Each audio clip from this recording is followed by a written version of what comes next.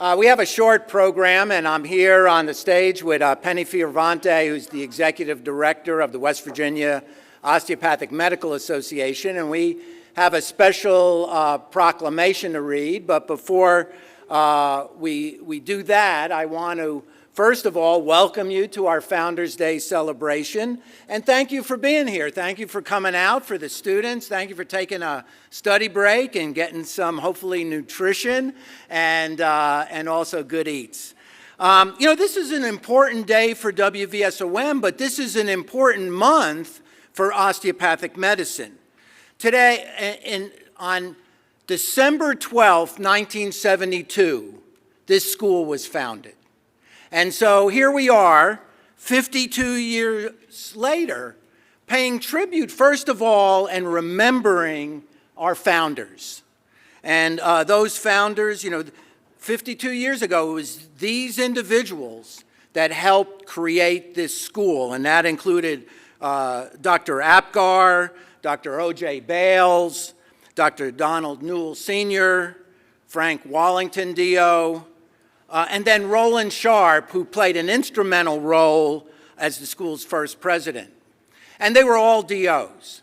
But I want you to know something, that it was more than these 5 men and their families that helped create this school. And that's why I'm honored to have Penny here with me, because it was the West Virginia Society of Osteopathic Medicine that really helped create this school.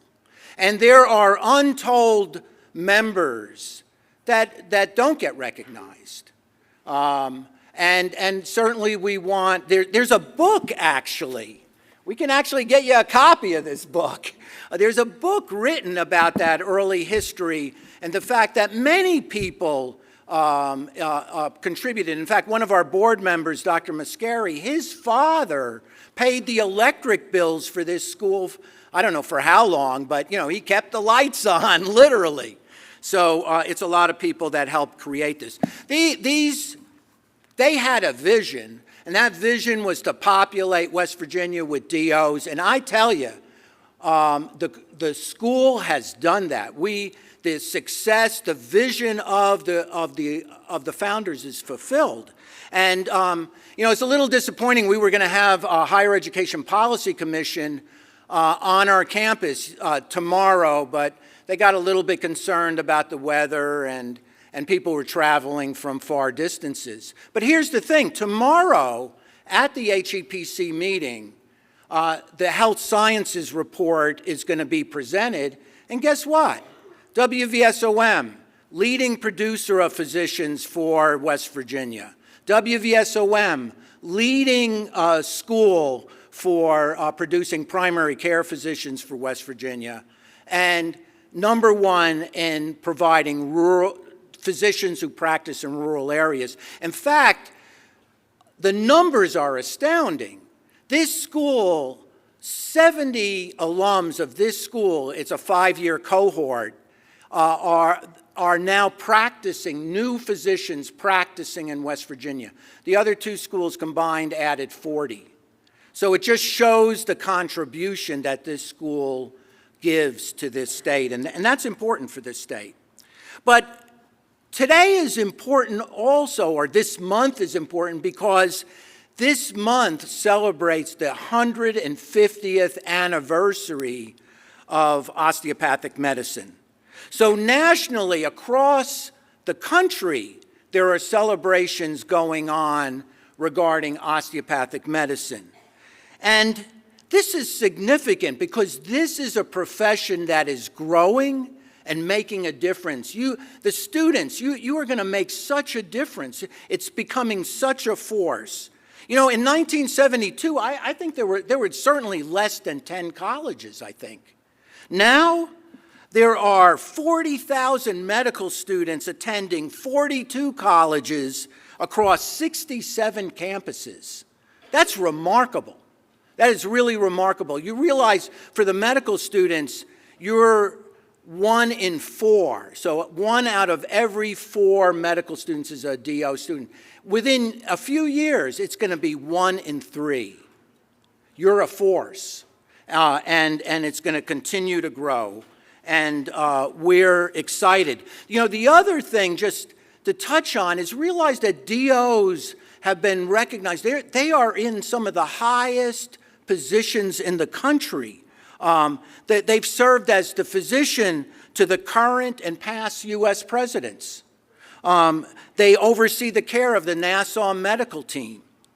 In fact, one of our graduates is entering into a program where he's going to get fellowship in terms of space. I don't know, I can't remember the exact fellowship, but aeronautical and space credentials. It's really an exciting time for osteopathic medicine. So here in West Virginia, through the work of the West Virginia Osteopathic Medical Association, the society became the medical association. They were able to obtain a proclamation from our governor, Governor Justice. I just want to recognize Governor Justice. One, his daughter's a DO. Unfortunately, she didn't come here. She went to VCOM, but we're still proud of all of our DOs. Realize that this governor has directed over $50 million to this state, to this school. And if you know the governor, or if you ever see the governor, Governor Justice, now he will become our senator. Thank him. Give him a thanks, because he's really helped this school.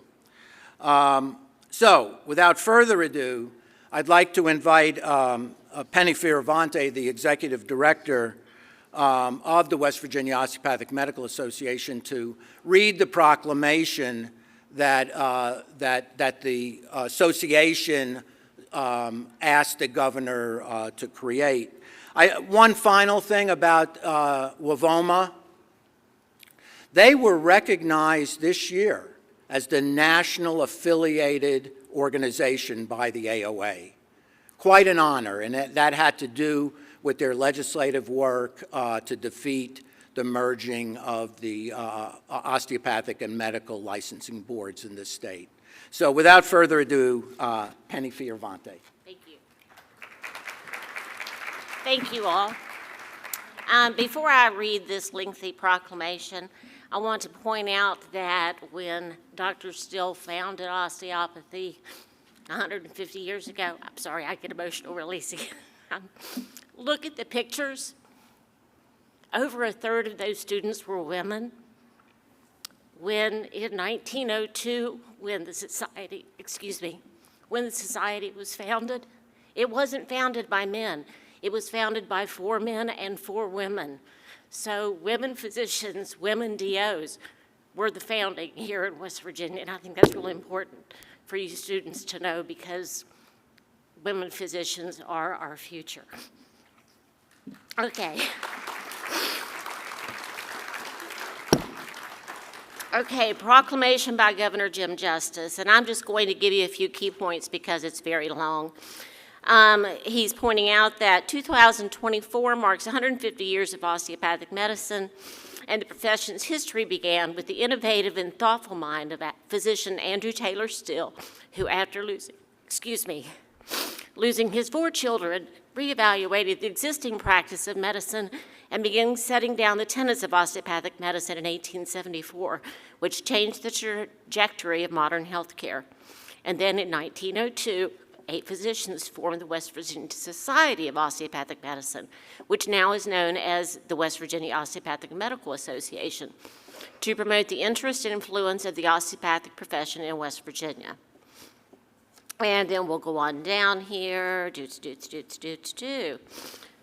So, whereas the osteopathic physicians serve the citizens of West Virginia in acknowledgement of the need for physicians who are committed to improving the health of our nation, regardless of race, ethnicity, religion, national origin, citizenship status, sex, gender, identity, expression, pregnancy, sexual orientation, age, disability, or military status, and recognizing that whereas the West Virginia School of Osteopathic Medicine is the largest medical school in West Virginia, and whereas the West Virginia Osteopathic Medical Association The West Virginia Board of Osteopathy and the West Virginia Osteopathic Association represent the interest of all osteopathic physicians licensed in the great state of West Virginia, regardless of specialty or practice type, ensuring that their voice is heard and the public understands the distinctive approach that DOs bring to the practice of medicine.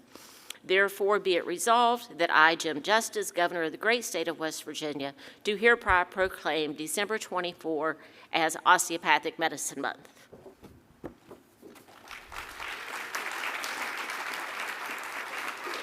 Well, thank you, Penny, Governor Justice, and let's give Penny another round of applause.